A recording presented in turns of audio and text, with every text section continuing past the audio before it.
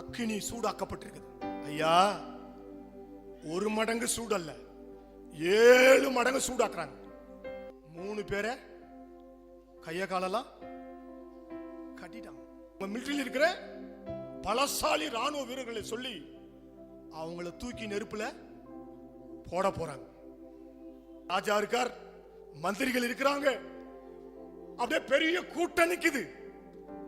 3 பேரும் தாழ்மையா தங்களை ஒப்பு கொடுத்து கை கால்கள் கட்டப்பட்டு தூக்கி போடுறதுக்கு ஒப்பு கொடுக்கிறாங்க.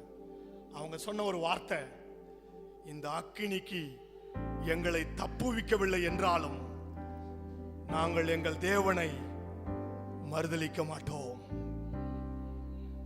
இந்த அக்கினிக்கு நாங்கள் இறந்து போனாலும் பரவாயில்லை, நாங்கள் இயேசுவை மறுதலிக்க மாட்டோம்.